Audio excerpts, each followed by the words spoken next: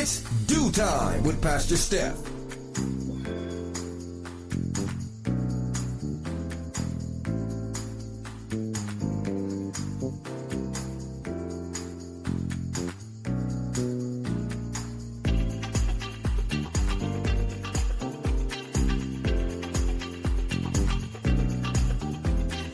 Good morning, good morning, good morning. Rise and shine. You're on with this Dew Time with Pastor Steph. How are you this morning? That's what I like to hear. That's what I like to hear. For this is the day the Lord has made. Let us rejoice and be glad in it. So, where were you last week? Last week we started off shaking the Monday morning blues with the Dew Time crew, and we talked about signs that your toxic marriage will not even survive therapy. Oh yeah, we talked about you get more relief when you think about leaving than you do staying.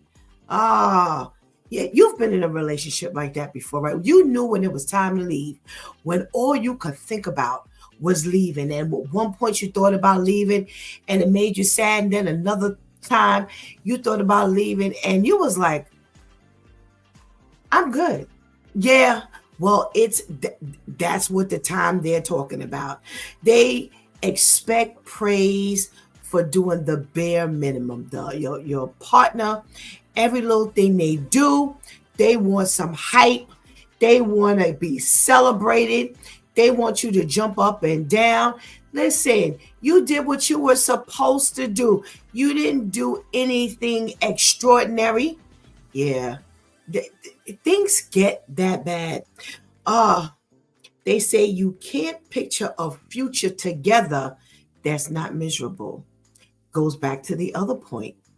It's so toxic that every time I think of us being together going forward, it's like a merry-go-round. Up and down and up and down and up and down, a roller coaster, up and down and up and down. There's nothing good.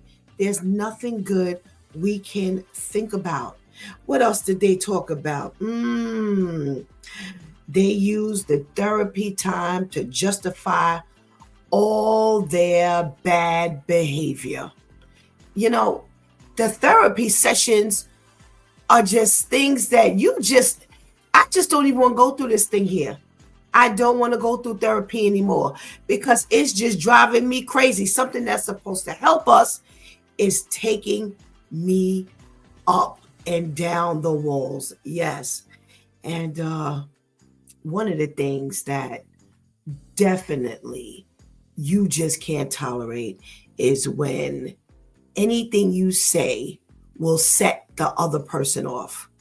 And we talked about this last week when you just have to walk on eggshells because every little thing that's said, they busting off, they yelling, they screaming. So you end up saying nothing and you are just holding your breath, trying to figure out what to say. No.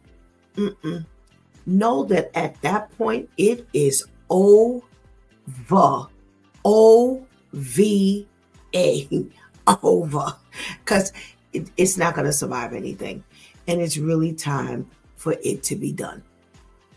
It gets like that sometimes. It really gets like that sometimes. Well, we got our switch tip number 216. Do not interfere with the real work. Sometimes God just needs to do his perfect work at a perfect time. And you just all in the way. Just all in the way. You don't want to stay still. You don't want to keep moving. You don't want to listen to God. You don't want to listen for God. There's nothing anyone can tell you. There's nothing that will help make you feel better because you're just all in the way. and you're interfering with the real work that needs to be done. We just got finished talking about that toxic relationship and the real work that needs to be done. You up in the way, and you don't even realize you up in the way because you haven't stopped long enough to talk to God and hear from God and find out what needs to be done. Figure it out. If you stop long enough and you have that special conversation with God, oh, it'll work. It'll work. I promise you. So that was one fantastic switch tip. Don't interfere. Most times it's us standing in the way. We can't blame nobody. We cannot blame the enemy, because before the enemy can really do anything, it's us. What's going on with your flesh? What's going on with your spirit? So you better pay attention. You better pay attention. What else did we talk about last week? We talked about the ways Christians misuse social media. Woo! Let's see. Spreading and venting inside of the social media. That is something that is really, really bad. When you're spreading just bad vibes, when you're venting and you are not taking it to God first or to the person first. No, you're just spewing out all kinds of things. You ever seen people just all over social media with their stuff? And they think they subbing. And now you people know who you're talking about, and you're airing out all your dirty laundry.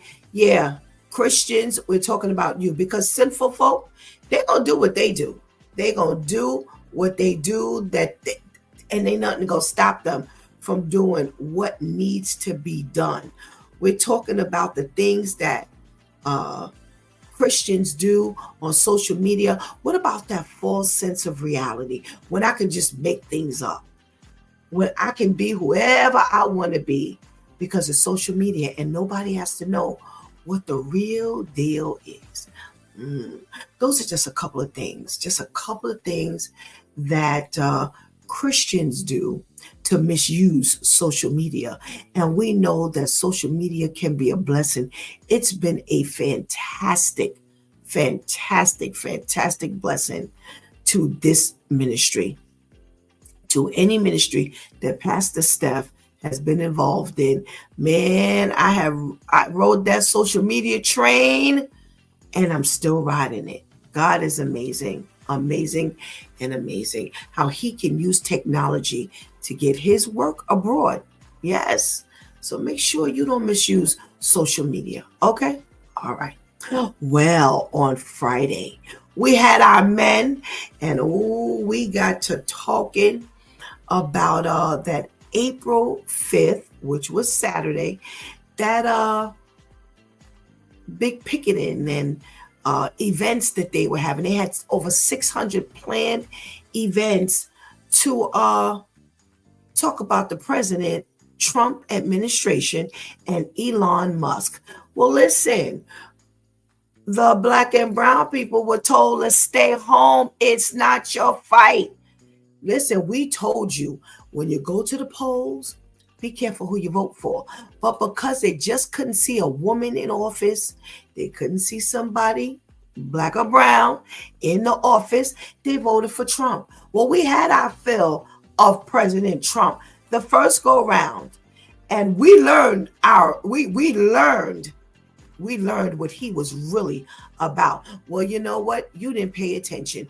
You thought that it was going to benefit you, and now they have this hands-off protest that was going to be held on Saturday. I would love to know how that went. Now, here's the thing. I was all in the news, just trying to get information and news for today. And I didn't hear anything about it.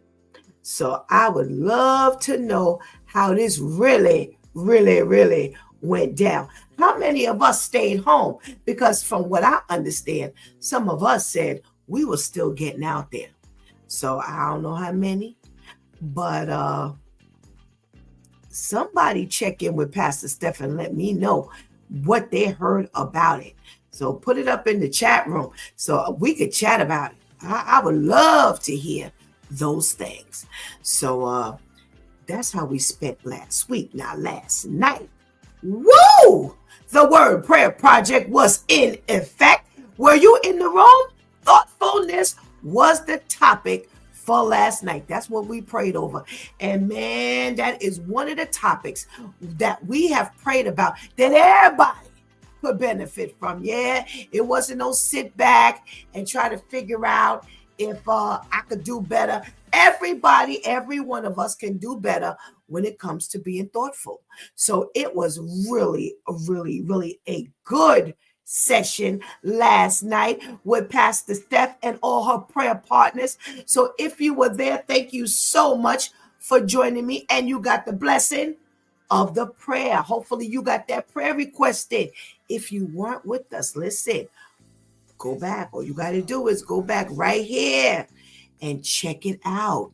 It is still there forever and ever and ever, as long as YouTube is going down. So listen, you don't have to miss it for long. You can receive the blessing that everybody else received. Okay? Okay. Well, today we are shaking the Monday morning blues all over again. This is our first Monday in the month of April 2025. Boy, time is flying.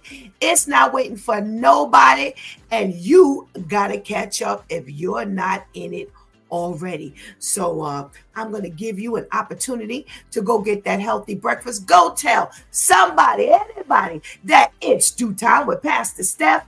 It's on. And whatever you do, don't go anywhere, because we will be right.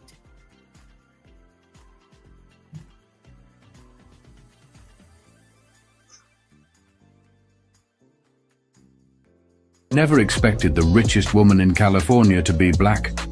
But Mary Ellen Pleasant didn't need permission to rewrite her own origin story.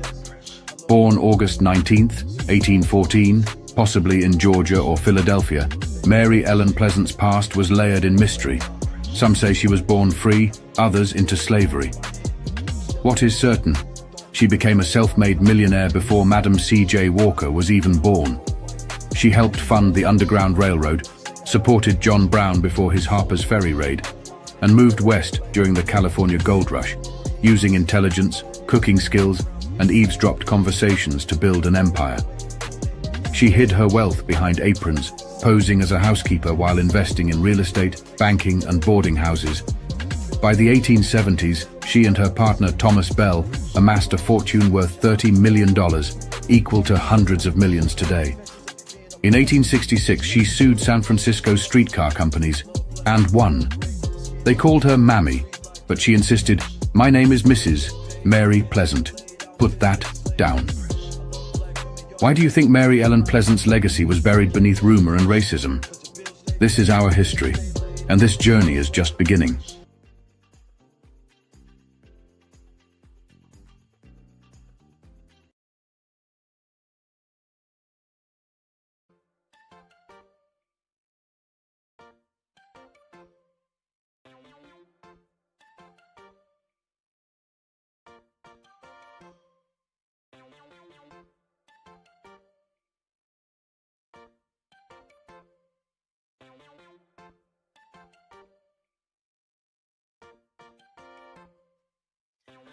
Good morning, and good morning again. Welcome back to It's Due Time with Pastor Steph.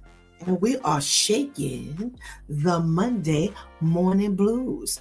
Oh, thank you so much for joining me this morning. And if you're in the room, make sure you check in. I don't know you're in the room if you don't say hello. So I can also give you a hearty good morning. Oh, we got our girl Kenny. Hey, Kenny girl. First one jumping up in that room. All right, now we got a check-in from our boy Serge. What's going on, Serge? Good morning. Thank you so much for joining us. We've got a check-in from Terrence. Hey, Terrence. I hope you're doing well. What about Miss Charlene? Is she in the room this morning? Is she well enough? If not, please give her our love and let her know we miss you. All right. We got a check-in from our girl, Vivian. Good morning, Vivian. Thank you so much for joining us this morning.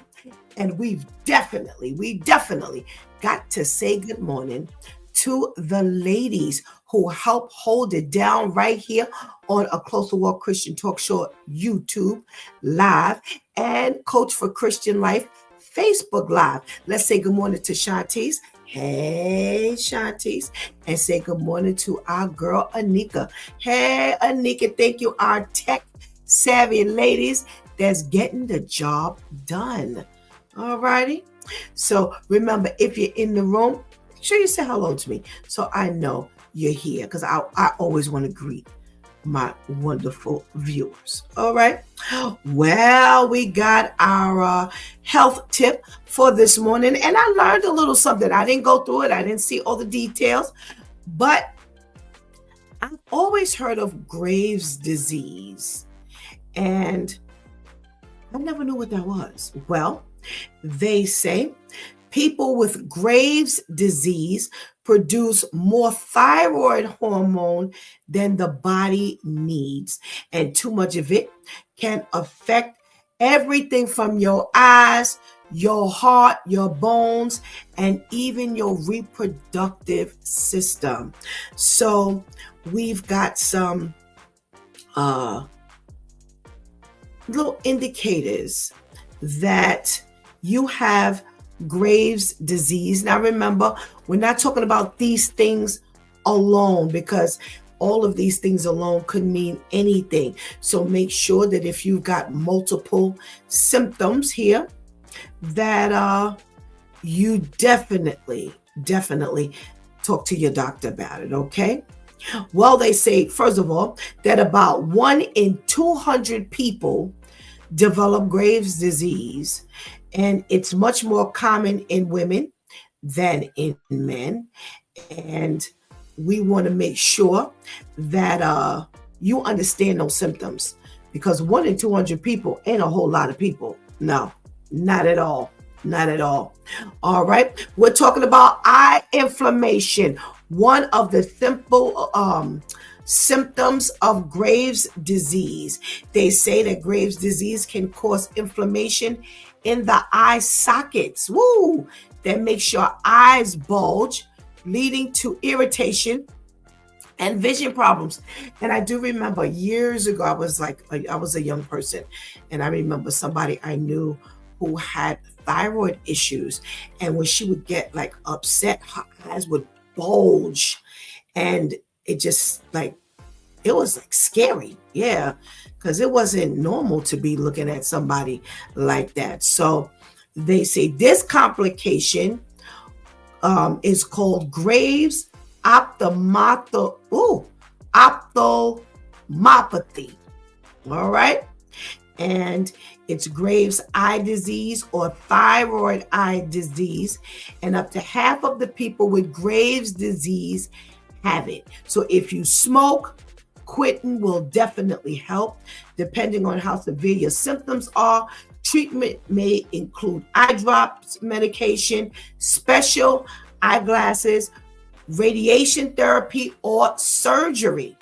So you want to make sure that if you've got like some eye problems and you see any bit of bulging, or your vision is changing and things like that, make sure you sound the alarm to your regular doctor as well as your eye doctor, okay? Number 2, symptoms of having Graves' disease, fertility problems. They say when you have Graves' disease, your thyroid hormone level is higher than normal, which can cause a woman's periods, your menstrual cycle, to become lighter than usual or irregular. So your ovulation may not happen each month, which makes it harder to get pregnant. Oh, okay. And they say difficulty conceiving is a problem for about half the women with Graves' disease. And it can also damage men's sperm. Woo! So you want to make sure you are definitely getting your symptoms checked out. All right? Don't try to self-diagnose. Please don't do it to yourself. Okay? Pregnancy complications. Well, one of the things we just got finished talking about is a pregnancy complication. And they say Graves' disease can also cause problems for pregnant women and their babies if it's not in good control. And they are talking about preeclampsia, which is high blood pressure, placental abruption, which is the separation of the placenta from the wall of the uterus, miscarriage, and maybe even stillbirth. Okay, so the effects on the body are vast. Okay, there's effects on the baby as well, and it can include low birth weight and birth defects. So you got a lot to be concerned with if you have this Graves' disease. And think about it, it's just from your thyroids. Man, that old song, this bone connected to that bone, that thing connected to that thing, that stuff is real, okay? Heart conditions, another symptom of Graves' disease. It says it can affect your heart. If it's left unchecked, it can lead to abnormal heart rhythms, including an extremely fast heartbeat or an irregular, erratic heartbeat. And they say both make the heart work harder and can lead to chest pain and maybe even heart failure. Okay, so make sure you get your heart checked out. Osteoporosis is another symptom of Graves' disease. They say hyperthyroidism can affect your bones in two ways. First, it can interfere with the absorption of calcium, which your bones need to stay strong. Secondly, it can cause an imbalance in the natural cycle of bone loss and replacement. Now, that's where your bone is your bone is lost, then replaced. Okay, so either scenario can lead to osteoporosis, which makes bones weak, brittle, and easy to break. Okay, they say the wrist, hip, and vertebrae in the spine are common sites for osteoporosis fracture. So you want to make sure you take your calcium. Get that calcium in. It's really important. Okay. Skin issues. They say some people with Graves' disease develop Graves' dermopathy. Okay. So the skin on the shins or the tops of the feet become thick, red, coarse, and lumpy. Most people who have Graves' dermopathy also have Graves' eye disease. Wow. So make sure you let your doctor know, okay? And they call this last symptom thyroid storm. Wow, what's that? Thyroid storm occurs when the amount of thyroid hormone in the body suddenly spikes to a toxic level. Wow. They say this condition is also called accelerated hyperthyroidism. Wow. Symptoms include fever, vomiting, extremely low blood pressure, and jaundice, which is the yellowing of the skin, especially the eyes. And they say thyroid storm is rare, but it is life-threatening. So make sure you pay attention to your body. All right. And these are too many symptoms to ignore. And more than likely, it's not going to just be one of them. But when you start experiencing these things, make sure you give this information to your doctors. Okay. All righty. So Let's go over those symptoms one more time. Well, let me just remind you of what Graves' disease is, and that's when your body produces more thyroid hormones than the body actually needs, and too much of it can affect everything from your eyes to your heart and bones, and even your reproductive system. Some of the symptoms are eye inflammation, fertility problems, pregnancy complications, heart conditions, osteoporosis, skin issues, and thyroid storm. All right, so make sure, especially you ladies, they say it affects women more than it affects men. So make sure you ladies are paying attention. Okay, if you're in the room, make sure you check in. Oh, we got to check in from Miss Charlene. Oh, I got my request to find out if Miss Charlene was doing okay. Good morning, Miss Charlene. I'm so glad that you're on with us this morning, and you are apparently doing somewhat better. Thank God for that. Hey, Renee girl, what's going on? Good morning. Good morning. Good morning to you too. Happy Monday to you. Okay. Wow.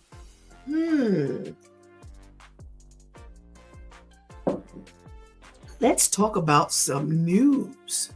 Yeah. What's going on in the world of news? Well. So, we got some disturbing news this morning for our young people, or regarding our young people.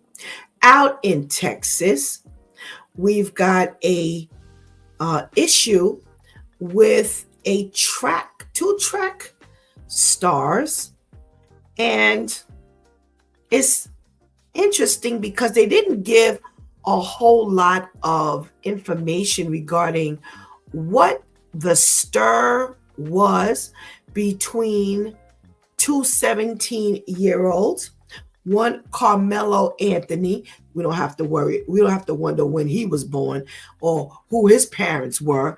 Carmelo Anthony, 17, who is in a Texas high school, and another 17-year-old, Austin Metcalf, who is half of a set of twins. And they ended up in some level of dispute. And it didn't seem, based on this story, it didn't seem like it took a whole lot. They say that the Metcalf young man asked Carmelo to move from under a tent for his high school during some type of track meet. And Carmelo responded by saying, "Touch me and see what happens." According to some people that were nearby. Well, Metcalf grabbed on Carmelo, and unfortunately, Carmelo meant what he was talking about. That sounds like the two last week with the boy, telling the girl he was going to kill her. And he did. Well, Carmelo pulled out a knife and stabbed Metcalf. And the twin to Metcalf said that all he saw was his brother with a wound to his chest, kind of stumbling down the bleachers. And he held on to him, put his hand on his chest to kind of suppress some of that bleeding that was going on. And they arrested Carmelo, and he confessed, because they said something about the alleged person. He said, "No, not alleged. I did it." And they always tell you, just shut up. Don't say anything until you get an attorney. And he was asking if the young man was okay. we are hearing too often about these people who are pretty much on on pins and needles. They just got this chip on their shoulder, and all they are waiting for is for one person to come along and knock it off. He told them, touch me and you're going to find out what happens. So clearly, either he was tired of being pressured, bullied, pushed around. I don't know why he was under his particular tent, this Metcalf's tent, because he wasn't wanted. He wasn't wanted underneath that tent. Now, this Carmelo Anthony's 17 years old, has a $1 million bond, and they are now trying to get this bond lowered. And I don't know what they're going to plead. You know what I'm saying? I don't know if they're going to plead self-defense, because that's what Carmelo was asking the cops. When the police arrested him, he asked, is this considered self-defense? So I don't know. When you talk about somebody grabbed you and then you pulled out a knife and stabbed them, it's up to the interpretation of who's listening to it. So, prayers up for our young people.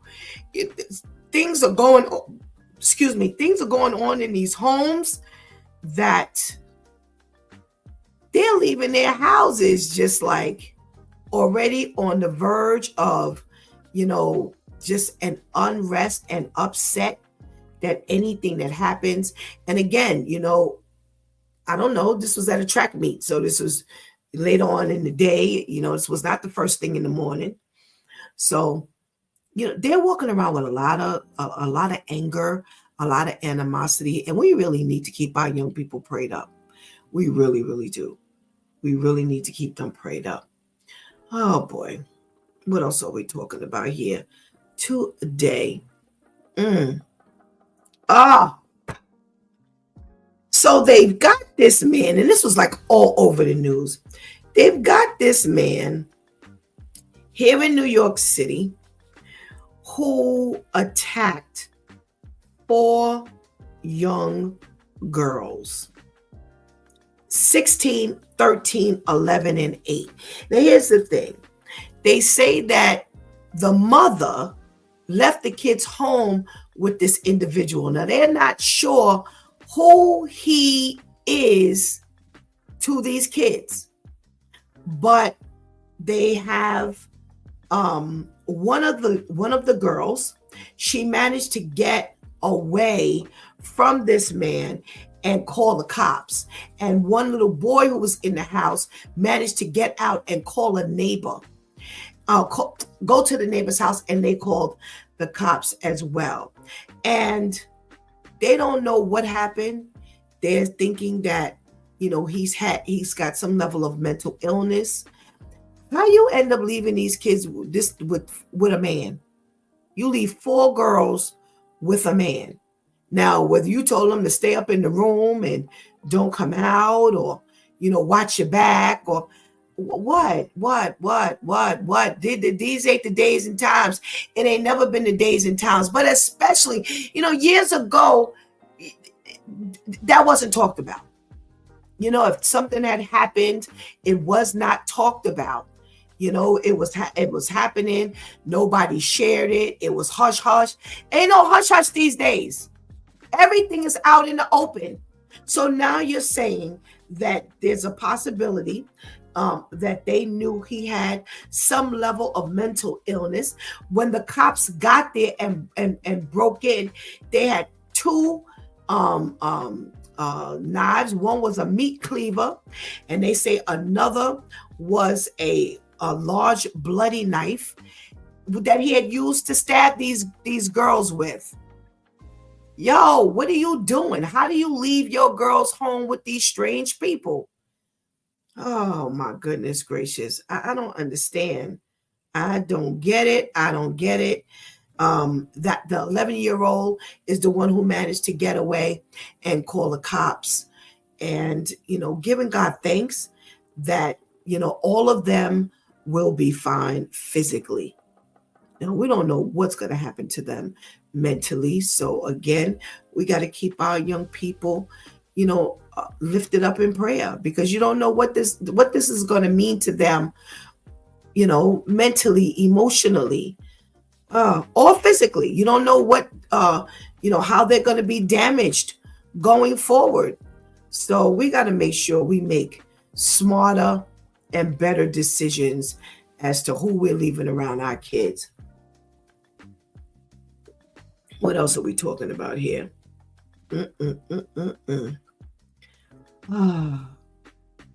All right. Listen, the traveling seems to have resumed. Remember, we got all these travel alerts. Don't go here. Don't go there. Well, it's spring break time for some coming up. We just had some who went through the spring break, and they're saying stay away from the Bahamas. We're back to that again. We've already been warned about the Bahamas. They say that the U.S. State Department, they've issued a new level 2 travel warning against the Bahamas, and they're cautioning American travelers to exercise increased caution when visiting. They say violent crimes such as armed robberies, burglaries, sexual assaults can occur anywhere in the Bahamas. They say it's an alarming amount of crimes that the tourists have been experiencing. They say the sexual assaults on the white sand beaches and at the hands of jet ski tour operators. They say they got a rash of gangland murders in Nassau and burglaries at unprotected vacation rentals. That's your Airbnbs, is what they're talking about. All right. So here's another issue. They say they have some rogue boat operators who are also causing a problem. And they say that they are experiencing a lot of poorly regulated rentals, that they're not in good condition and they are poorly maintained. The equipment has not been checked out on these jet skis and these boats. So do not go out there and rent any of these boats or let these people take you on these rides, on these boat rides. Yeah, on these tours. They say it's so bad that the employees, the U.S. government employees, are prohibited from using jet skis and personal watercraft rented equipment from independent operators on New Providence and Paradise Islands. So they've been noticing this stuff for a while, they say. And they say that not only that, but shark attacks. Shark attacks have led to many injuries and even death. So it doesn't sound like that's a place I'd want to go. No. They say as late as February, they had 2 American women who were both attacked by a shark while they were swimming. One suffered some serious injuries and both were airlifted to a hospital.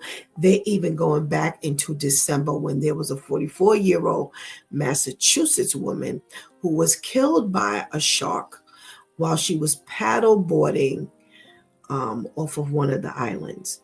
So I don't know, y'all. But again, this is not the first time that they've warned us about traveling and visiting the Bahamas. And all of these places are coming up with these alerts, and yet people are still going all over the place. I've been to Paradise Island, and it was always such a peaceful place to go. So when I started hearing that we shouldn't be visiting there, I was a little disappointed because, again, they mess up for everybody. Whatever you're doing there, the equipment, the jet ski equipment and the paddle boats and things like that, they say they're not being maintained. So you can't even go there and enjoy yourself even using some of the equipment because these people are not taking care of this stuff properly. So, they are spoiling it. You want to go somewhere, you don't want, if you're in the United States, you don't want to stay in the United States. God has a world. I remember telling my mother, listen, she used to love Paradise Island and the Bahamas, the Bahamas. She used to love it. And I used to tell her, listen, there's a world out here. Let's see the world. But, that's what she loved because, again, it was so peaceful. So it's so sad to hear that we are being warned to stay away from these places. But, hey,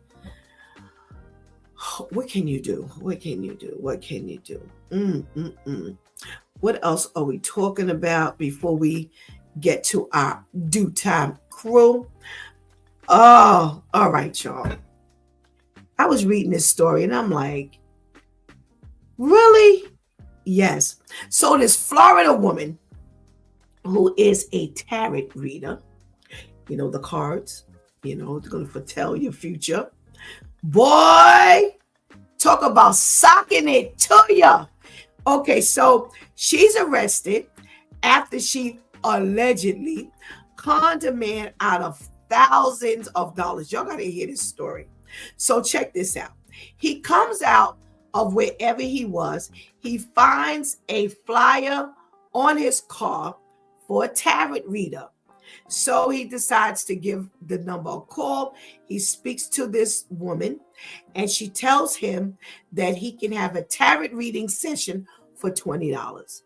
How do we get to her taking him for thousands? Okay, so here we go.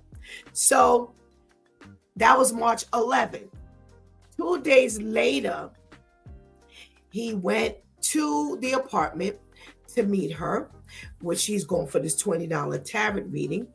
And he gets introduced to Maria Rodriguez. Now, her real name is Valdez de Miguel, but she introduces herself as Maria Rodriguez. During the reading, she tells him he needs a deeper spiritual cleansing procedure.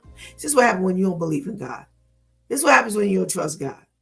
You're gonna believe that Ms. Rodriguez tells you you need a deeper spiritual cleansing procedure that would cost between $600 and $700. Now, I'm sorry, y'all. What you gonna do for me when it comes to a deeper spiritual cleansing procedure that's gonna cost $600 or $700? Well, he takes her advice and he agrees to a partial payment and transfers via Zelle $200. He then goes back to the apartment. He meets with her again on the 14th for the spiritual cleansing session. He had already prepaid a portion of, and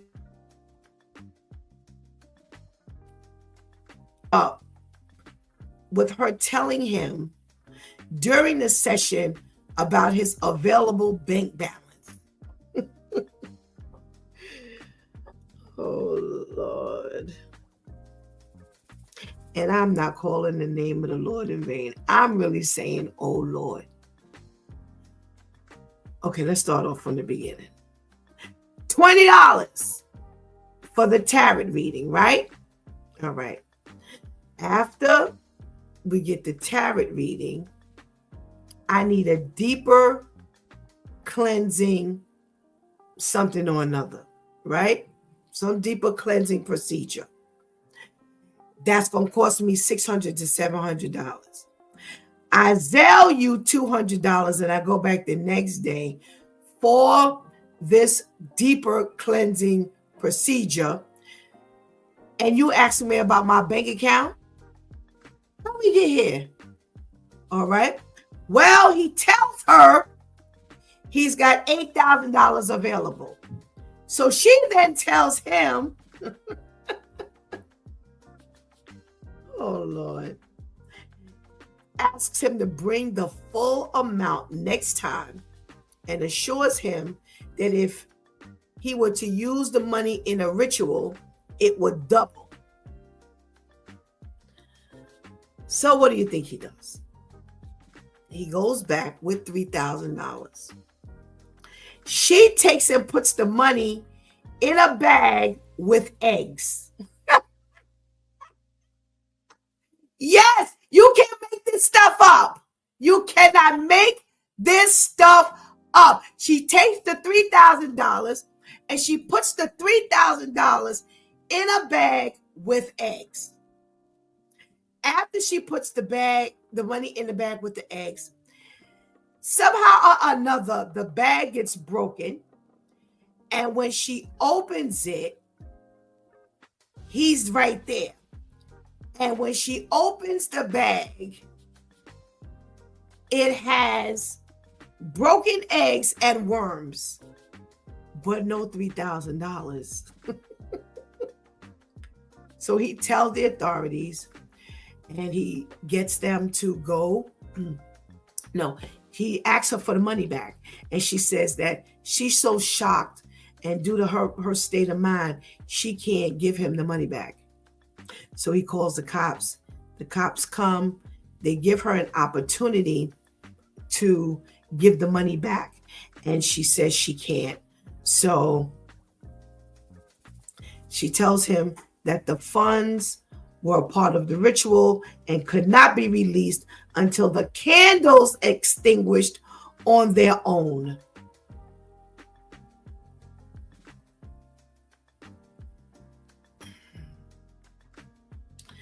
So they arrest her.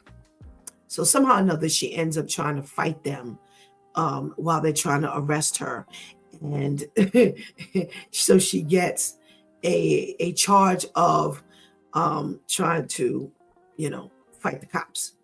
So they go to court. They set her bond for $5,500. So she says she can't produce the money. And now they say, the judge is saying, listen, you need to get this money back.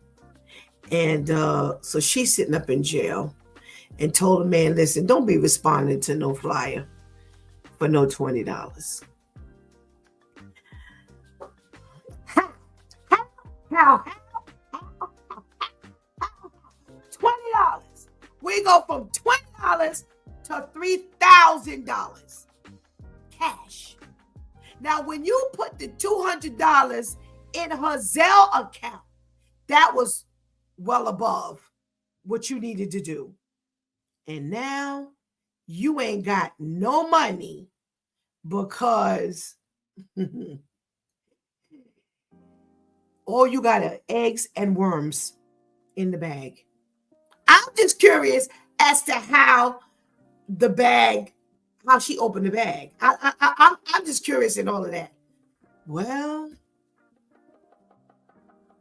I'm trying to think. See, let me tell you what I think. Oh, you know what? Let me talk to my due time crew. Where's my girl Tamika at? Is she available? Good morning. Monday morning. Good morning. How are you? I'm doing well because I got $3,000 in my bank account. Oh my goodness gracious. How are you? I'm fine. I was a little confused. I was like, that sounds like a Wednesday type of story. I was just like, wow. Right? What in the world? Yes. When I caught this story last night, I said, oh, I'm going to have fun telling this one. Oh, my goodness gracious. But let's go back a little bit. We're going to go back to the 2-track stars where somehow or another, these two 17-year-olds are here together.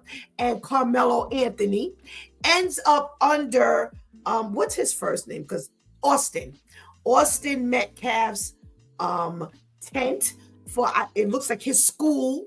And he tells Austin Metcalf tells Carmelo Anthony, so we don't have to talk about which side of the fence these people are on, to get from underneath his tent. And Carmelo tells him, touch me, and you're going to find out what happens. So I guess Austin thought that, he could still touch him and pull on him. And sure enough, he did. And Carmelo pulls out a knife and he stabs Austin.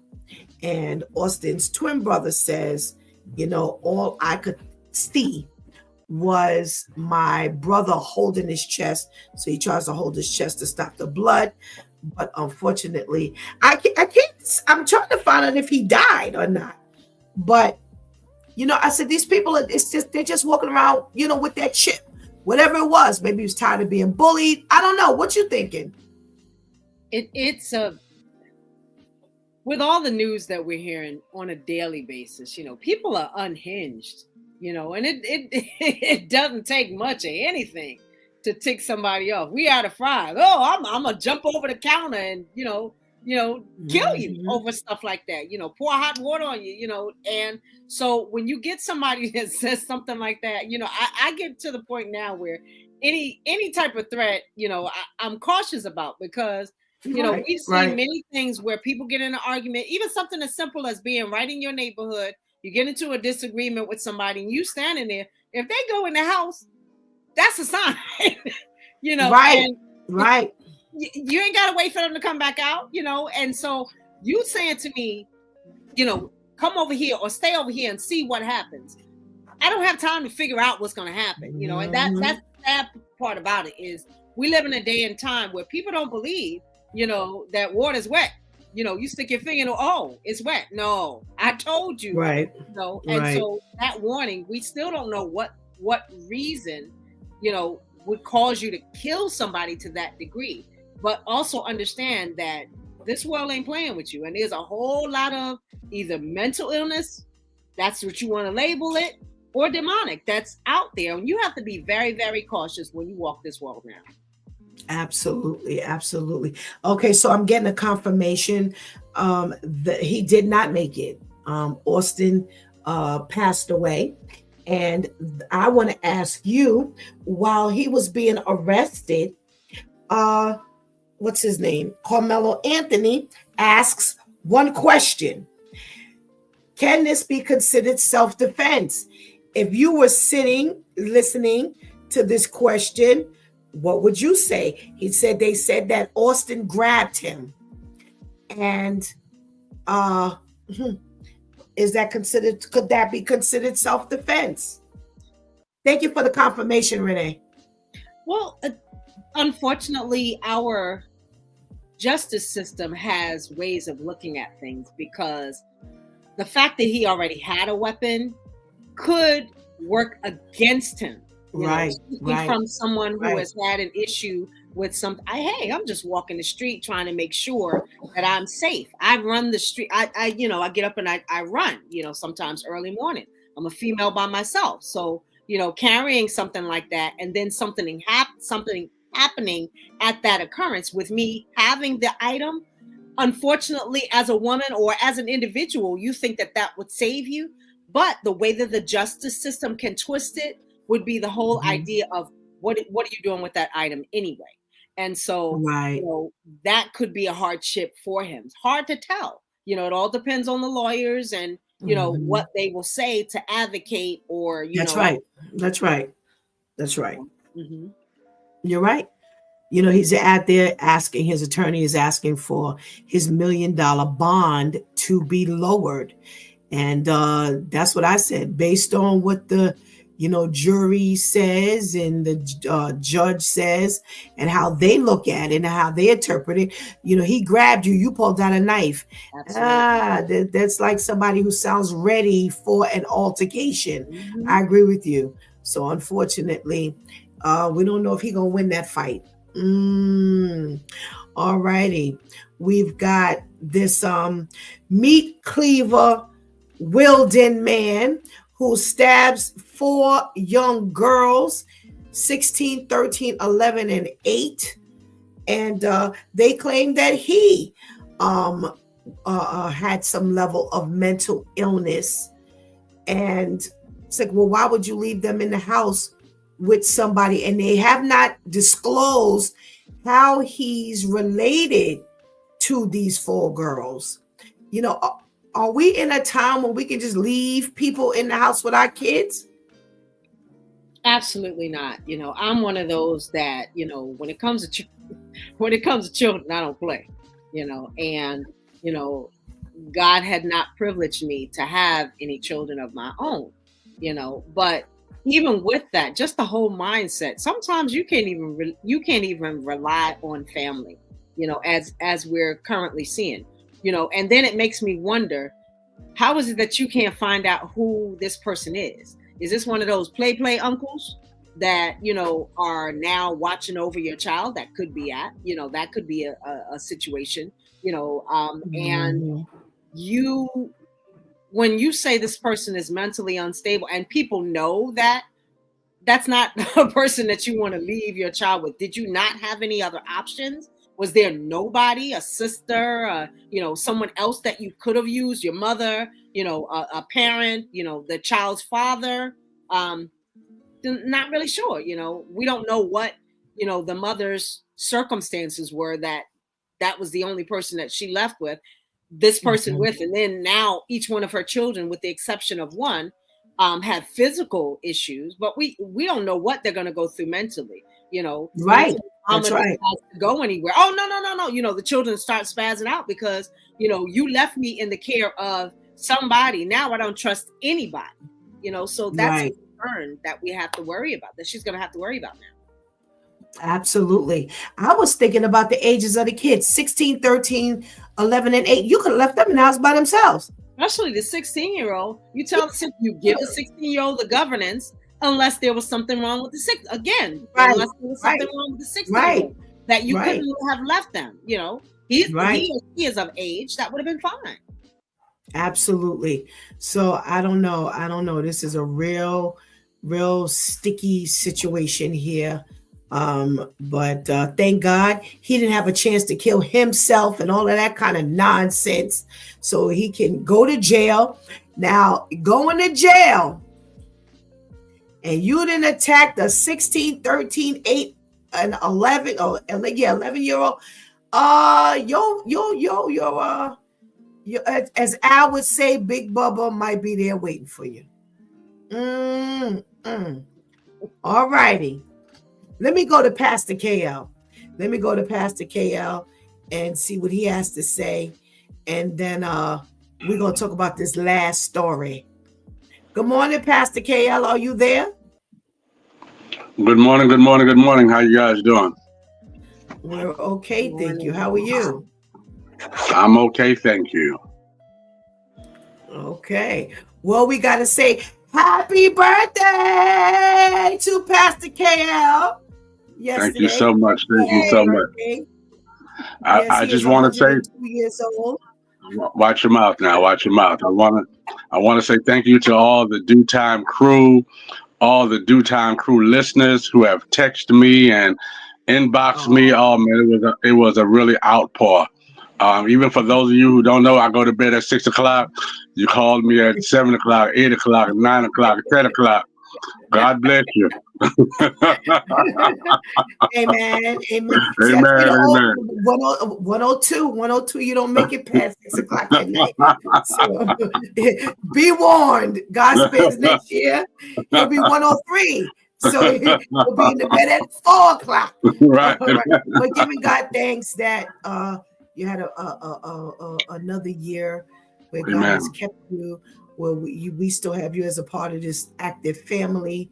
And we praise God for your, you may not be 100% well, but giving God thanks for all that you do have. So yes, ma'am.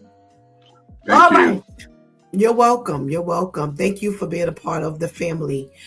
We got this Texas track collision where you have Carmelo Anthony, who's 17, Austin Metcalf, who is 17. They're on 2 different school teams. Somehow or another, Carmelo ends up under Austin's tent for his school.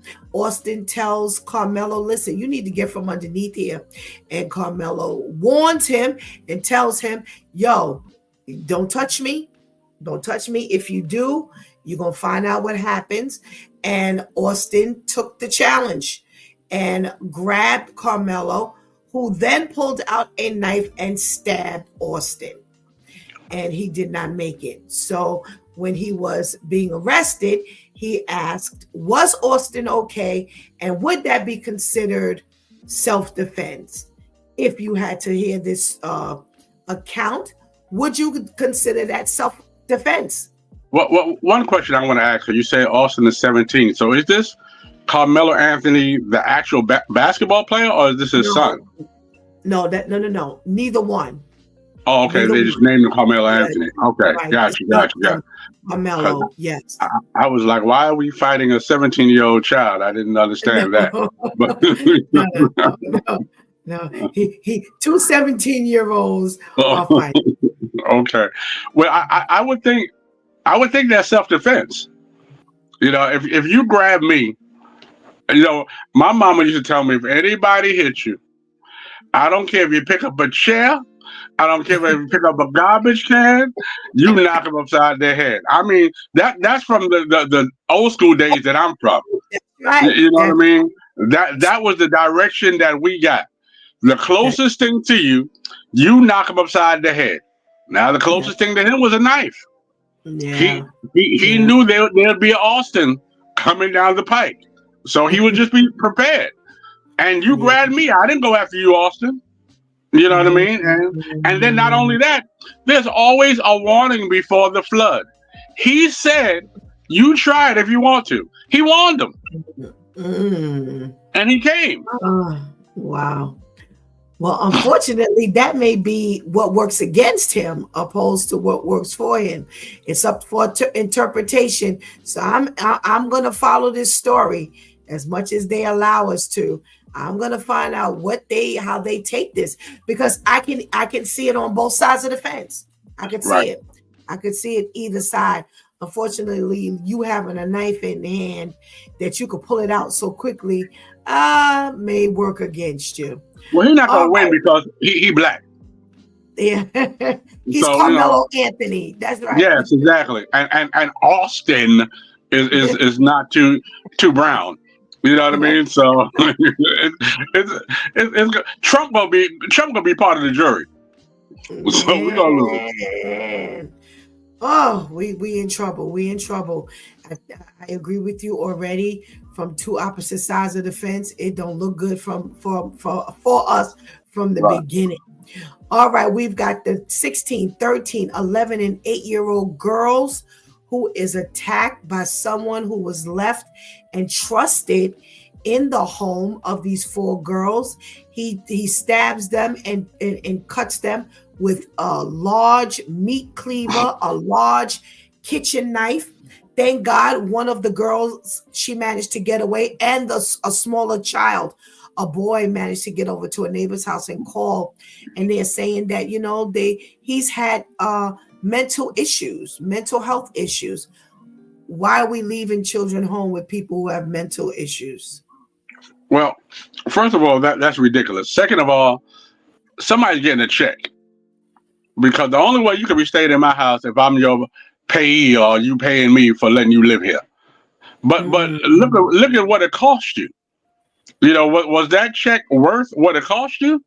At some point that person should have been in a facility, because if this is not his first time, you know what I mean? And then you don't know whether he took his medication, because listen, if you're that crazy, you're on medication. You know what I mean? And if you're leaving children there, you're not assuring that he took his medication before you left, then you're just as guilty. Woo, what a bad situation to be put in. And like Tamika said, bad decision, was very costly decision making. So I guess we're gonna find out how he's related. He's got sounds like an Asian last name. They don't give any names of the children, so you can't tell from right now.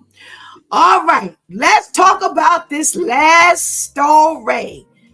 Tamika, we talk about the man who found the tarot reader card on his car for $20 when he spoke to her.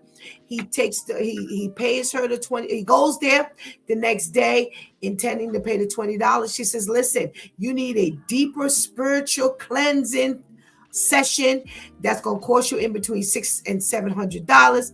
He says, okay. He partially pays her $200 via Zelle. He goes back the next day, and while this deeper spiritual cleaning session is going on, she manages to get out of him. How much money does he have in his bank account? He tells her $8,000. She says, listen, bring me all that money, and during the session, if all goes well, it will double. He says, okay. He comes back with $3,000. She puts it in a bag with some eggs. When she opens up the bag does no longer have the money, but has not only eggs, but worms in the same bag. He asks her for his money back. She says, oh, she's so mentally distressed. She can't get the money up to give it. But if he comes back the next day, he can get his money back. He comes back the next day. She tells him, you know what? You gotta wait till the candles finish burning, and then your money will surface. You'll get your money back. He didn't get his money back. He ends up calling the cops. They arrest her, take her to jail, and now she's on a $5,500 bond. And the judge tells him, don't go calling no more tarot readers from the cards that's left on your car. What we got going on here, girl? One of the craziest foolishness I have ever heard in my life. What in the world?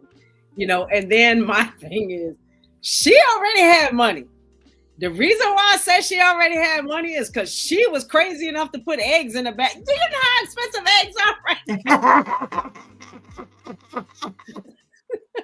And it, it serves her right. I don't know how long the eggs.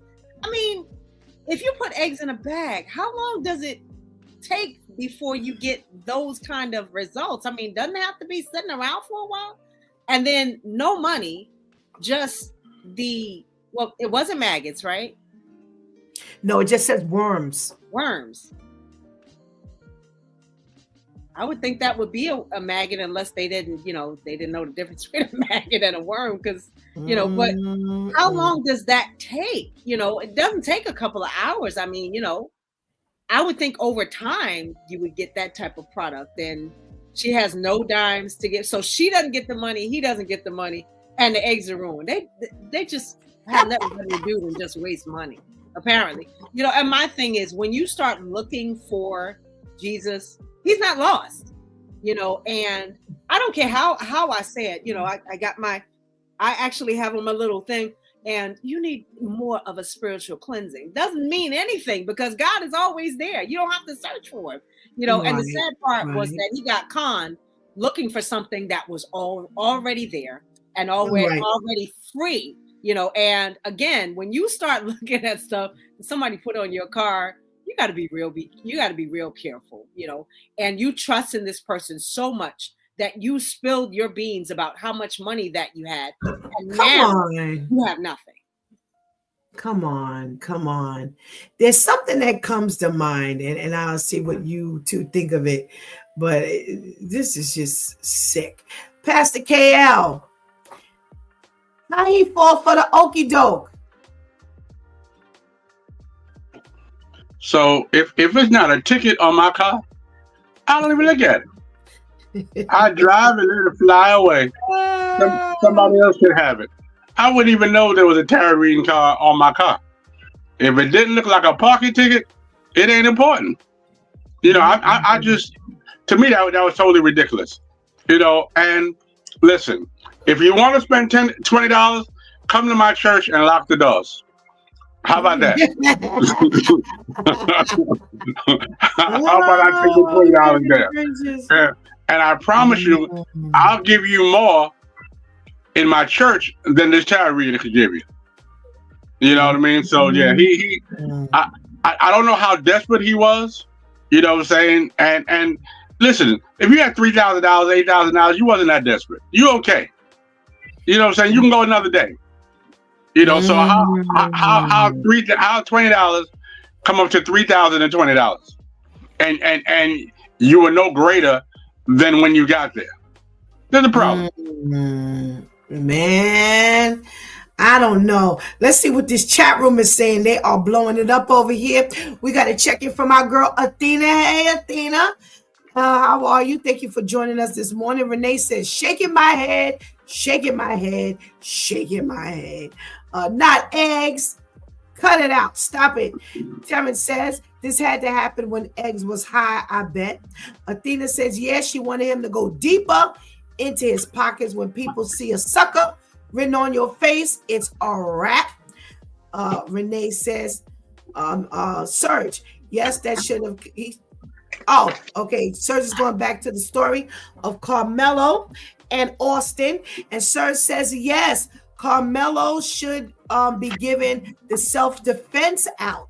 Okay, because he did warn him not to touch him. Okay. And there's some happy birthday shout outs to you, Pastor KL, from Terrence and Renee. And Terrence says she must know some type of magic, because where'd the money go? And Anika says, greed will have you do some foolish things. And that's what I thought when he said to her, when she told him, if you come back with your money, it'll be doubled. Yeah, he was thinking, I'm going to get my money doubled. I'm trying to figure out what kind of spiritual, deep cleansing session was this? Because there's only a couple of deep cleaning spiritual sessions that I could think of that would make a man tell that he got $8,000 in the bank. I don't know how many of y'all thought what I thought, but I'm sorry. This ain't no words going on here. Now it's a happy ending. I'm going to spill, huh? It's a happy ending. Yeah. Because how you go from...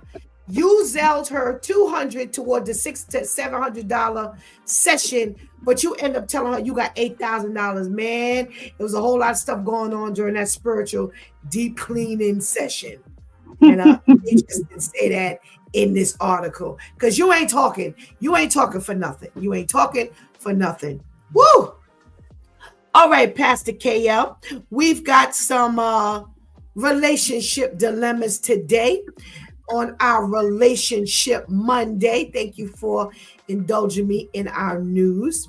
We've got a couple of interesting scenarios, and I always got one question behind all of the relationship dilemmas. But dilemma number one: when we met, he had been redundant about his 5-figure debts. Over the years, he built a successful career, paid off his debts, and gained a degree, while I also progressed in my career and completed a master's degree. He inherited over $25,000 during that time, which he spent on a holiday for himself. She explained that her ex initially paid approximately $555 per month when he first moved into her home in 2021, but the amount increased to about $785 in 2022.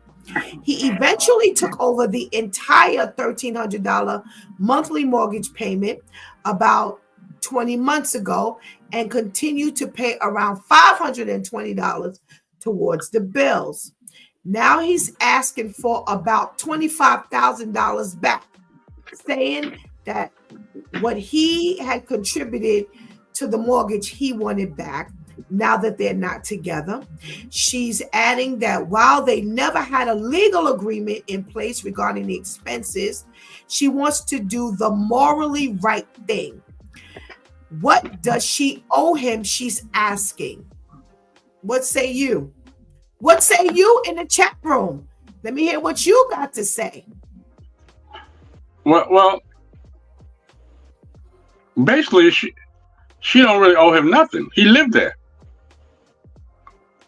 You know what I mean? So it's almost like, you rented a vehicle, and now you got to get a vehicle back.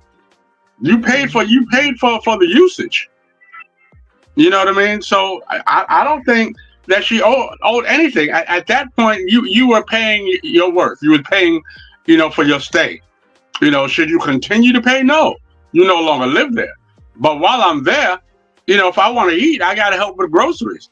If I want to see, I got to help with the lights. If I want to lay down with a roof over my head, I need to do certain things. So, I mean, I don't think she owe anything. Okay. What do you all say? I'm coming back with how I weigh in on this. Let me know what you think in the chat room. Do you agree with Pastor Kale? And says, listen, he lived there. It would be just like you lived anywhere else. You'd have to pay rent. Or, you know what? She owes him something. All right, let's see what you have to say. Dilemma number 2. All right. So there's a woman who had a boyfriend. He's her ex now for 6 years. She said the ex who dated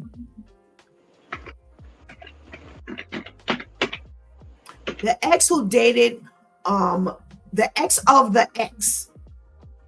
ex boyfriend had an ex, and the new couple was together for about a year.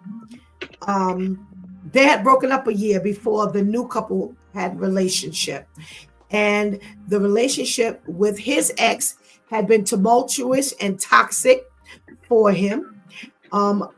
She alleges that the ex was struggling with significant mental health challenges and that her behavior affected the boyfriend to the point of jeopardizing his academic performance. And she then cheated on him.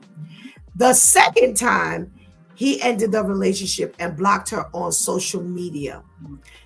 Now, as the pandemic came in, she kept trying to communicate with him, and for some reason or another, the boyfriend lifts the block on social media. So the woman is looking through all the pictures, and she says that the two of them look great together, so forth and so on. Now, the boyfriend then goes on to tell the new girlfriend that he's been communicating with this ex-girlfriend. And she asks him, do you really want to communicate with her, even if it's like a dry communication, because this might be, kind of egging her on? He says, no, she's okay. They're not going to go any further. Good enough for him. She ends up asking him for $500, the ex. And he decided to give her the $500. He says he gave her the $500. He didn't ask her for the money back. He didn't really read into why she needed the money, supposedly. He just gave her the $500 and walked off. Now, when the new girlfriend hears about the $500, she gets upset. And she says, listen, why you didn't tell me about this $500? And then why would you lend her $500? If I had an ex who he drove me crazy during a relationship, I'm not going to give him $500. I wouldn't give him 1 cent. What are you doing? He says that it was his money. So what they would do is they would split the bills, and whatever the rest of the money is, that's their money separately. And he says, listen, it's my money. Don't talk to me about how I use my money. She says that she, now that she's mentioned it, it's kind of tense between them. And she may not, should she have mentioned it now? It's caused some level of tension, and she's wondering if she should have mentioned it to him at all. Pastor KL, what say you? Well, I mean, if that's how she felt, by all means, she should have mentioned it. But they're boyfriend and girlfriend. So there's no real, a marriage certificate is a contractual, agreement, where yours is mine, mine is yours, and all that other stuff. But we boyfriend and girlfriend, after we do what we said we're going to do, as far as these bills, that is my money. And if I want to go out and buy a car, if I want to go out and buy a skateboard, you know what I mean? You may say, well, motorcycles are too dangerous, but it's my money. So I'll hear you out, but it's still my money. Saying I don't owe you really anything. We're just boyfriend and girlfriend. Now we took it to the next level, then that'd be a whole different thing, because now I'm taking money out of your mouth, so to speak. But I'm not hurting you. The bills are still getting paid. And if I took that $500 and went to a tarot reader, then that'd be on me and the tarot reader.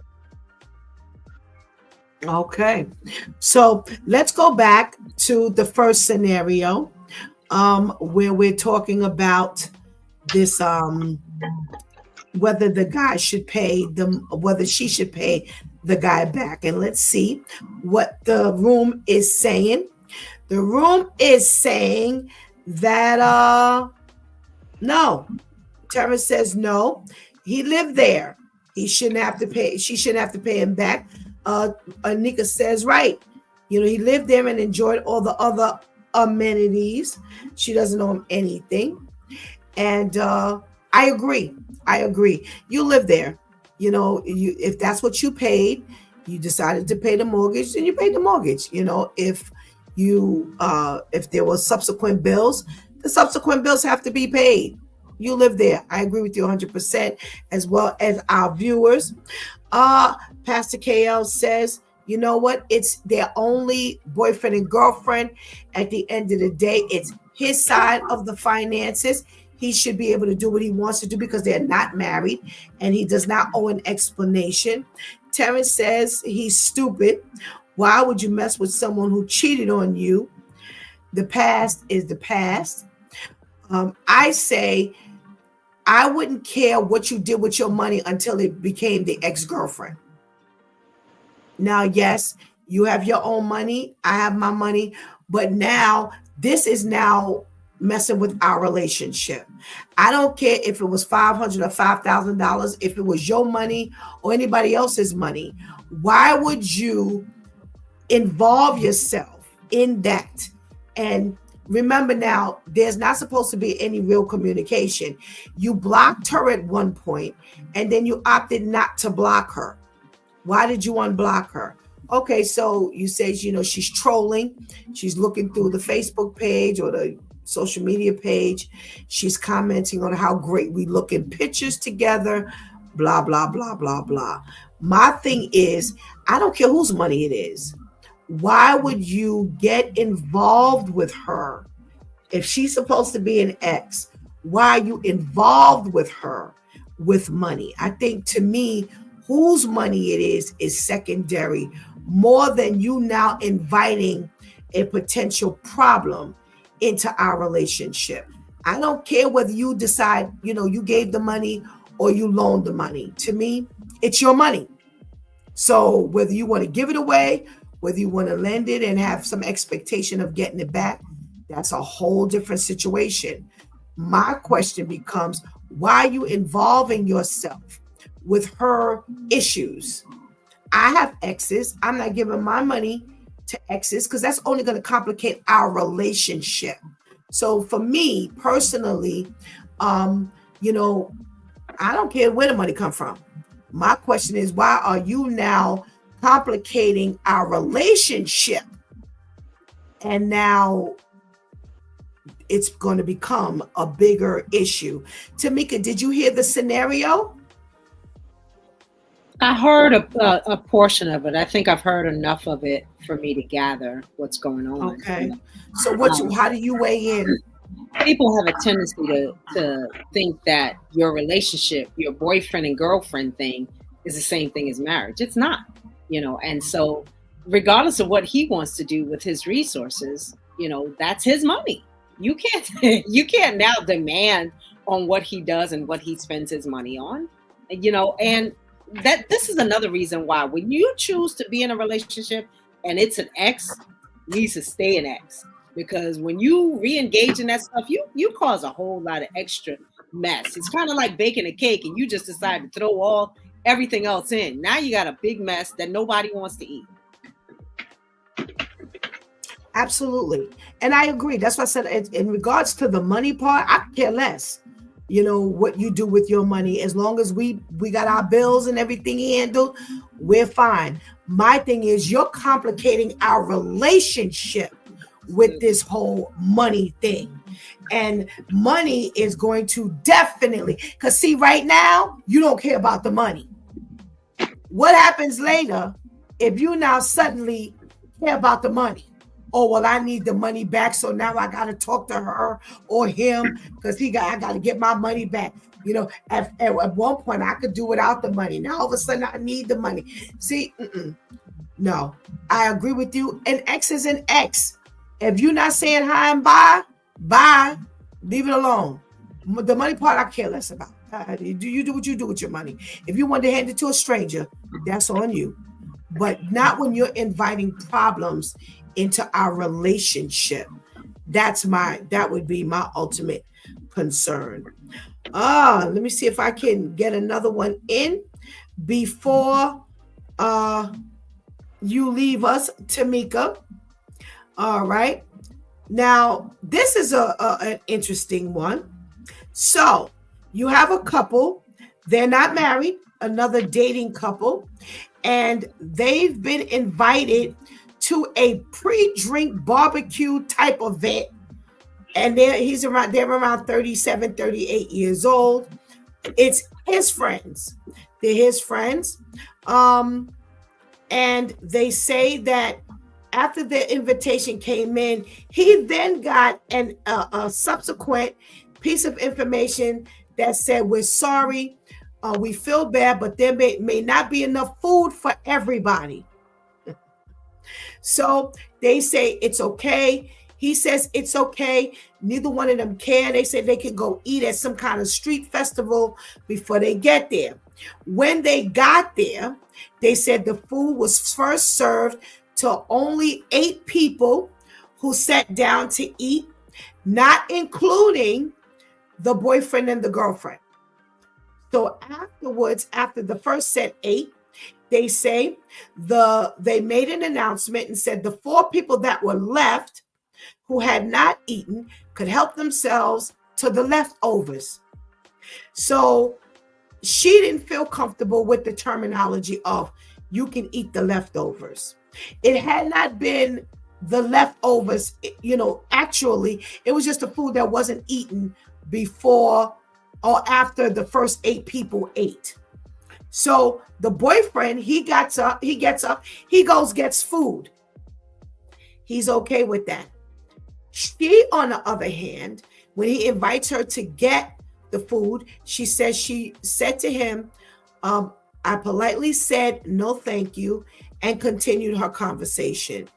He then says he can't eat. He feels it's a bizarre situation. He's uncomfortable. He doesn't understand her odd behavior, and he breaks up with her.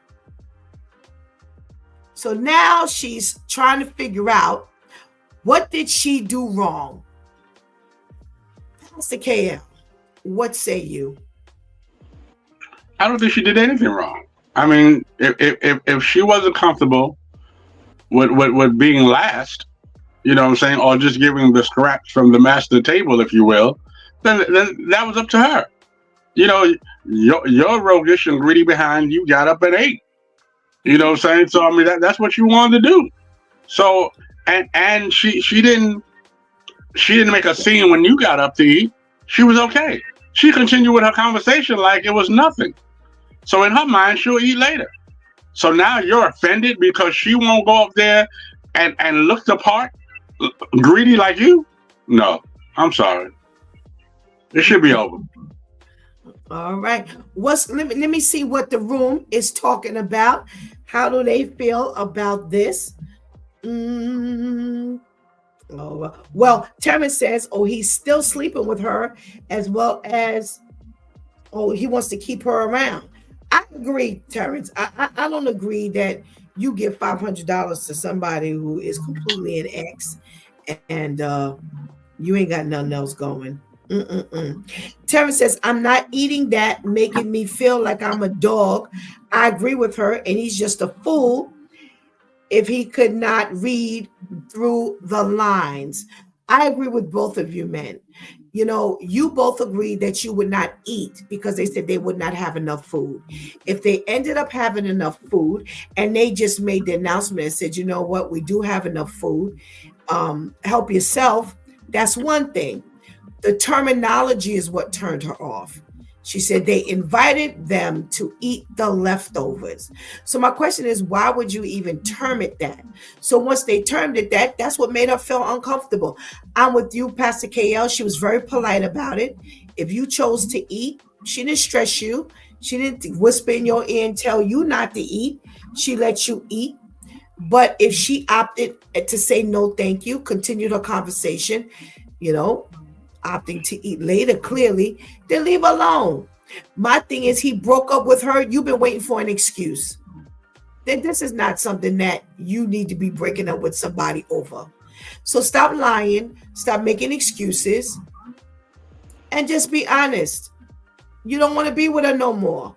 But this, I broke up with you because you made the whole situation bizarre, made me feel uncomfortable. Nah, that's on you. Sorry. Go away. Go away. We got one more dilemma, Pastor KL. Let's see what's going on over here. Oh, this is interesting, Pastor KL. This is interesting. She says, my boyfriend knows that I'm particular about the bed, and I almost always change his bed sheets when I come over because he rarely changes them. Well, last night when I was going to change the bed, he would not let me.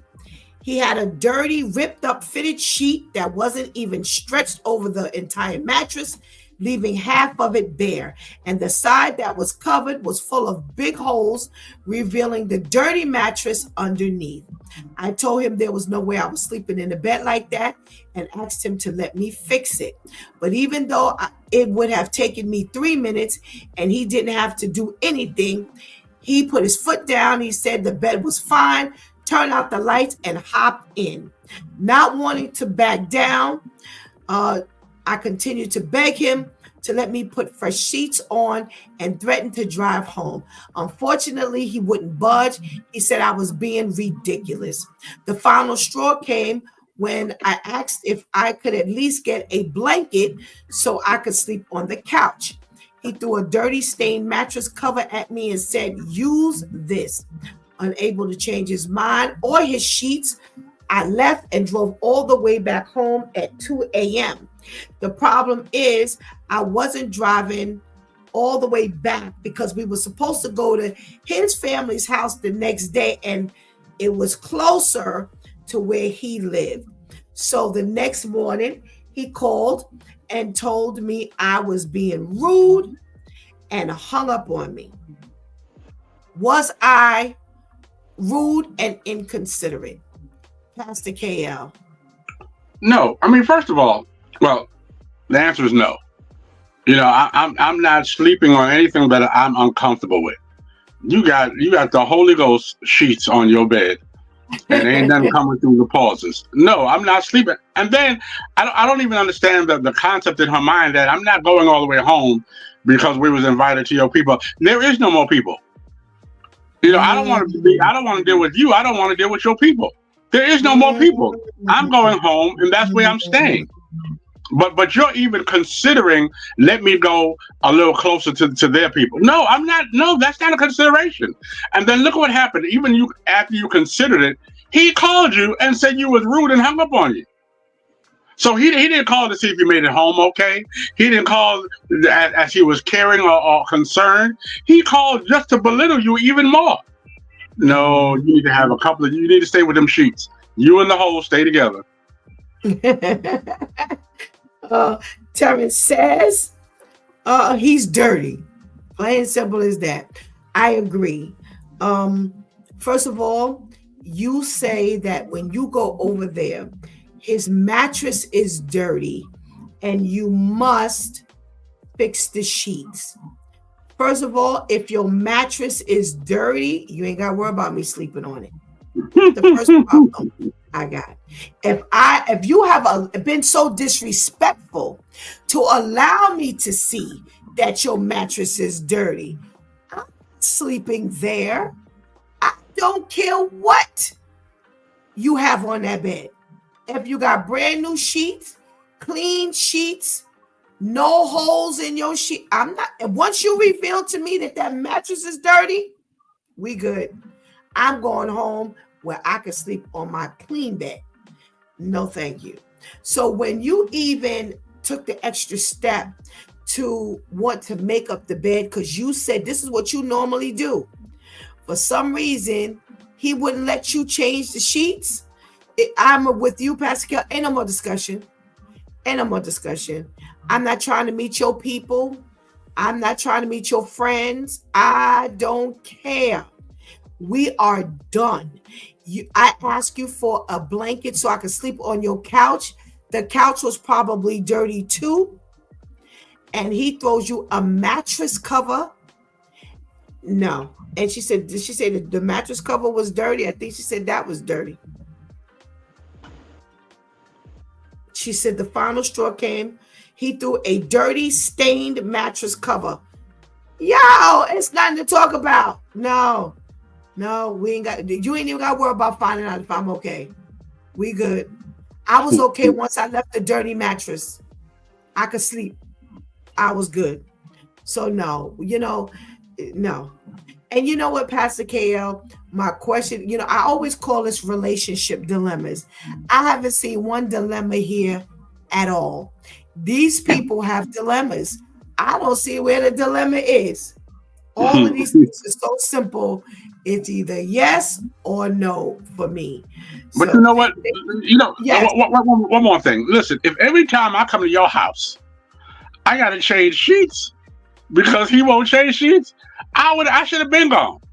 This is exactly. That tells you who he is. I would have been gone.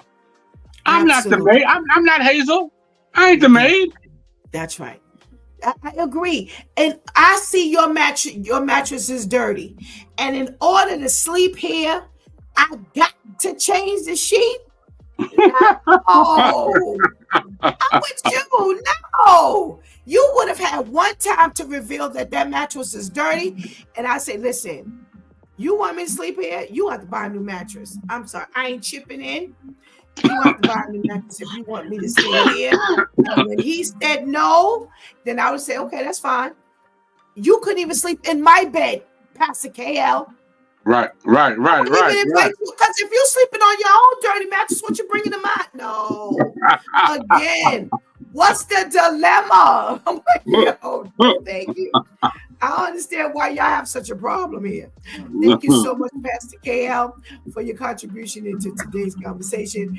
And we pray you have a blessed day. You as well. Thank you. All righty. Terrence says, if he's dirty, his family is dirty as well.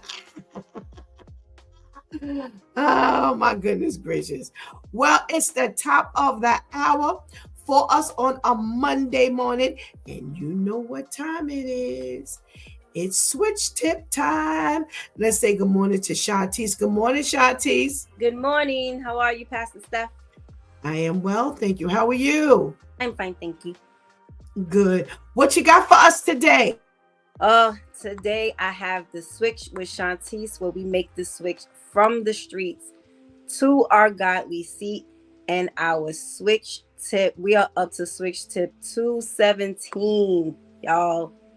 And it is stop acting desperate. I pulled up 2 definitions for desperate. Y'all know how God does us. We got to make sure we thoroughly understand and meditate on the meaning of these words. The first definition was feeling, showing, or involving a hopeless sense that a situation is so bad as to be impossible to deal with.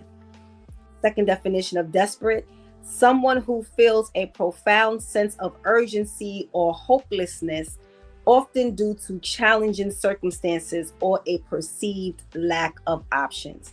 And the word that stuck out to me in both definitions is hopeless. When you just feel like nothing is going to go your way, nothing is going to get better, nothing is going to happen the way you want or need it to happen in order for you to feel good, in order for you to be successful. You just give up. It's like, I'm not going to, what is it, optimistic?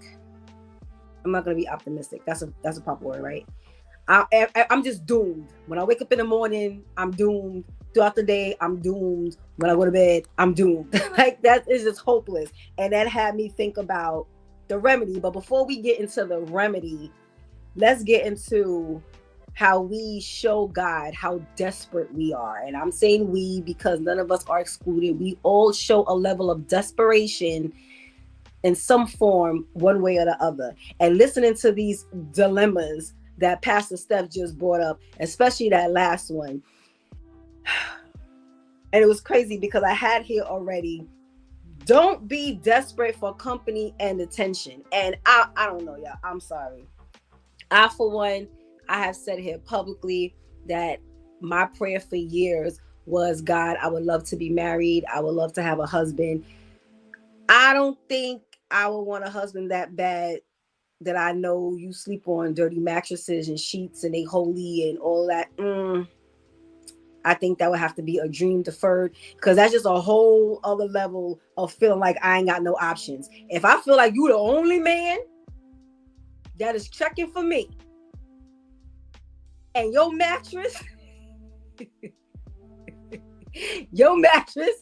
is beyond questionable, then I think you need to be thrown into the sea of forgetfulness, and that just needs to be it. I just ain't gonna be with nobody. I'm not gonna get married, no nothing. When we talk about being desperate for company and attention, the first verse I came across, 1 Corinthians 15:33, and I'm gonna read it in the Amplified version, which this verse is so pivotal and it's so essential that when I went across a few different versions of the Bible, it says the same thing. Do not be deceived. Bad company corrupts good morals. Whether you read it in the Amplified, the New King James, the New Living Translation, the Message, it pretty much gives you the same exact wording, y'all. And if you are Bible readers, if you study, you know what it is. From time to time, or maybe all the time, like me, you jump from version to version as you're reading because you want to make sure you thoroughly understand the word. The word is the same, okay? It will corrupt. So let's go back to this dilemma real quick. I'm so desperate for company and attention that I'm willing to sleep on your dirty mattress. Now, everything about me becomes dirty because an unstable man is unstable in all his ways. So now I'm sleeping on your dirty mattress. Now my thoughts are dirty. My movements are dirty. My desires are dirty. My money is dirty. Everything is just dirty because I want to hang with you and this dirty mattress. Y'all, I'm not saying this trying to be funny. This is how I'm sitting here with God, and I'll be thinking, wow, thank you for opening my eyes to what happens when we hang around bad people. And a lot of the times we like to think, oh, that ain't going to affect me because I ain't never slept on no dirty mattress before. Well, until you wake up from the nap and realize you're sleeping on the dirty mattress, because that's the only way you can spend quality time with this person, because you feel like, wait, what's the definition saying? That your circumstances are challenging and your options are lacking. We got to be careful. Galatians 1:10, Amplified version. Am I now trying to win the favor and approval of men or of God? Or am I seeking to please someone? If I was still trying to be popular with men, I would not be a bondservant of Christ. And that 1 Corinthians 15:33 and this verse, Galatians 1:10, goes hand in hand. Don't be deceived. Bad company corrupts good morals. Coupled with, who am I really trying to please? So am I really telling God that you're not giving me enough options, because what I'm seeing is making me feel hopeless, to where now I'm trying to please men. And let me tell y'all about trying to please people, right? People, especially now, and as the days, not even the days, as the seconds go on, people become more and more unstable. You try to please someone about what they said they liked at 1 o'clock. I can guarantee you what they like at 1 o'clock is not what they like at 1:01. Right? So now you bust your behind to try to please what they say they like at 1 o'clock. At 1:01 is something completely different. So now you are all discombobulated and everything, because now you got to switch up the whole trajectory of your life to now try to fit what they like at 1:01. And then when 1:08 happens, it's too much. It's too much. When you strive to please the Lord, there is so much peace. You're not going through all that back and forth. There's no reason to feel like I don't have options, because first of all, when you're going to please the Lord, you don't have to think about what to do, because if you possess the Holy Spirit, he gives you what to do. See, so already most of the work is already done. See what I'm talking about? So what is the cure for desperation? The cure for desperation is getting over the anxiety. And that's another word that came to mind when I read the 2 definitions of desperation. What's anxiety? When you're so overwhelmed, when you're so distracted, when you're so worried. You're worried about everything. Stop, get over it. And because the Bible addresses absolutely everything, we are going to Matthew 6:25, where Jesus himself says, "Therefore I tell you, stop being worried or anxious, perpetually uneasy, distracted about your life as to what you will eat or what you will drink, nor about your body as to what you will wear. Is life not more than food, and the body more than clothing?" And on your own time, read the rest of that chapter, because he goes in on how to get over anxiety. So we have to make sure we are making the conscious decision of making a switch from acting desperate to understanding that the more we spend time with and in the Lord, he will show us all the options we really do have. We will see more spiritually and less naturally, because when we look in the natural, it doesn't look like we have any options. I mean, especially when you talk about trying to be with somebody. Do we have to say more? Walk down the block and tell me how many options it look like you have, okay? But when you're in the Lord, you will learn to see things from Jesus's perspective and not our own. So let's make the switch from acting desperate. Let's make sure that we're getting over anxiety and understanding that we do have hope and we have options if we stick with God. Thank you, Pastor Steph. Thank you, Shantice. What's the name of the switch tip again? Stop acting desperate. Stop acting desperate. Thank you so much for your contribution into today's episode, and we pray you have a blessed day. Thank you, you too. Thank you. Stop acting desperate. What a practical switch tip. Very practical. You know, when I look through these scenarios, the dilemmas, we're going to see if we can find some desperation. But before we do that, let's grab our benediction now to him who is able to do far more abundantly than all that we can ask or think, according to the power at work within us. To him be glory in the church and in Christ Jesus through all generations, forever and ever. Amen. Now to him who is able to do far more abundantly than all that we can ask or think. Look right there. We're leaning on God. So we're talking about don't be desperate. We're leaning on God. There's no reason for us to be desperate because he can do far more abundantly than we could ever imagine. Isn't it great to serve a God like that?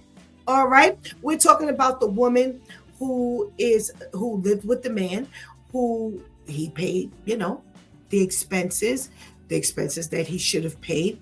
And she wants to know, should she honor this $25,000 repayment that he's asking for?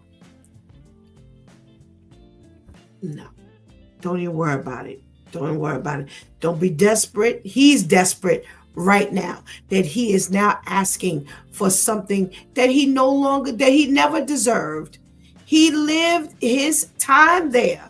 So you can't be desperate now. You need money. So you asking for $25,000 back. All right. The woman who approached her boyfriend about lending his money to the girlfriend. You know, where's the desperation here? Why would you even get involved with this person?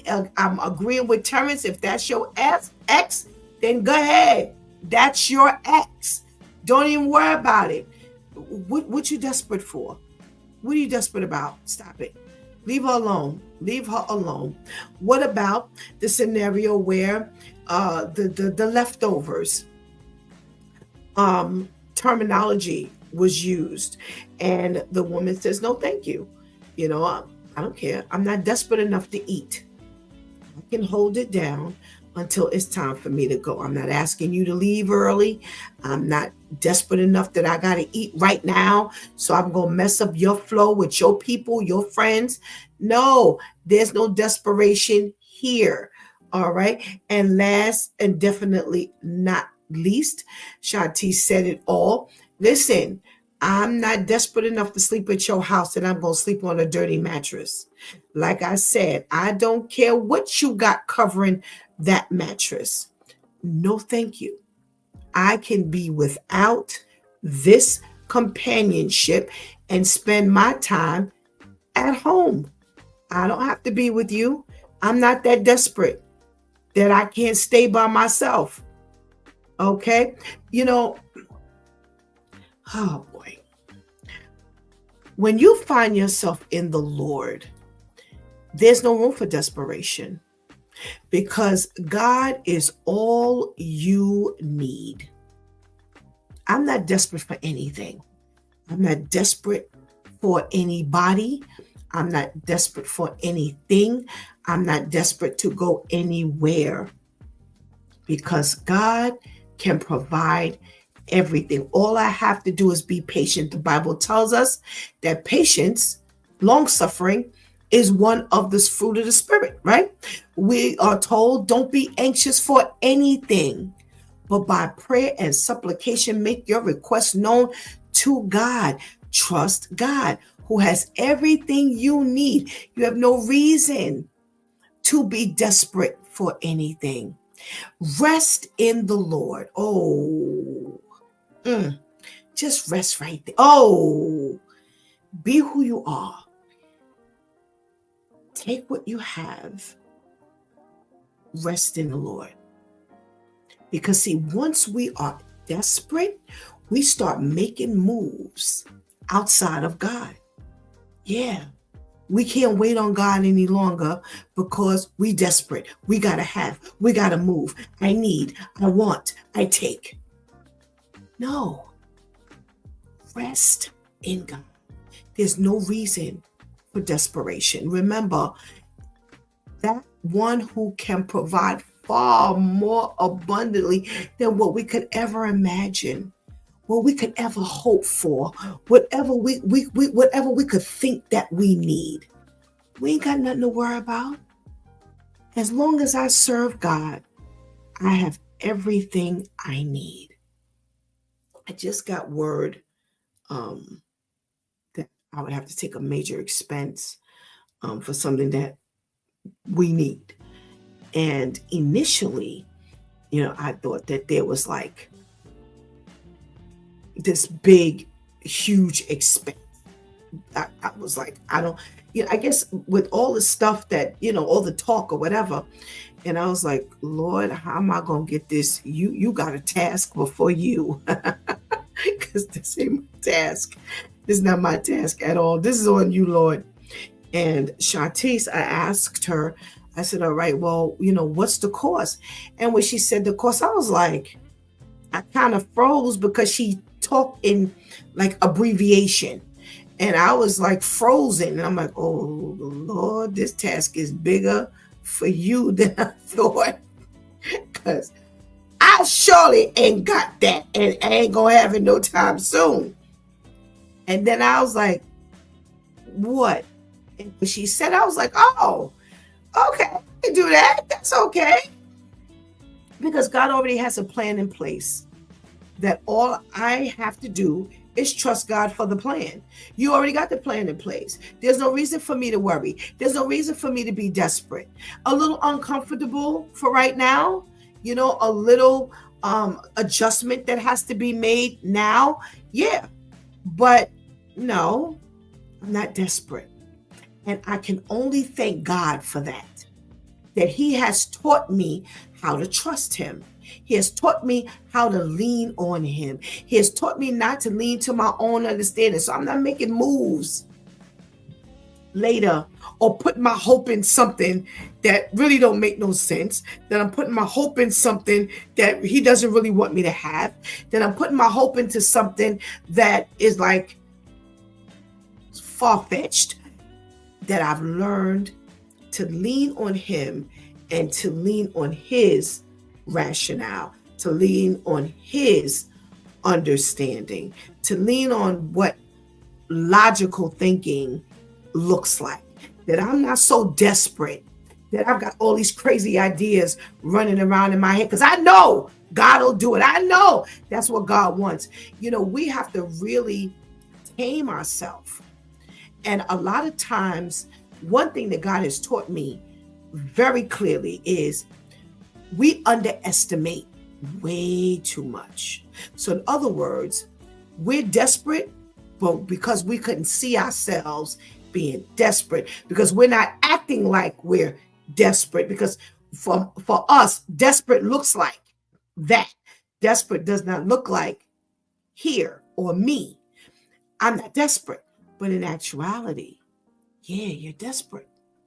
So I just give God thanks for the clarity that he gives me, that I can lean on him when the things seem to be getting tight, when things seem to be getting tough, when things seem to be getting rough, when I need you to come through, Lord.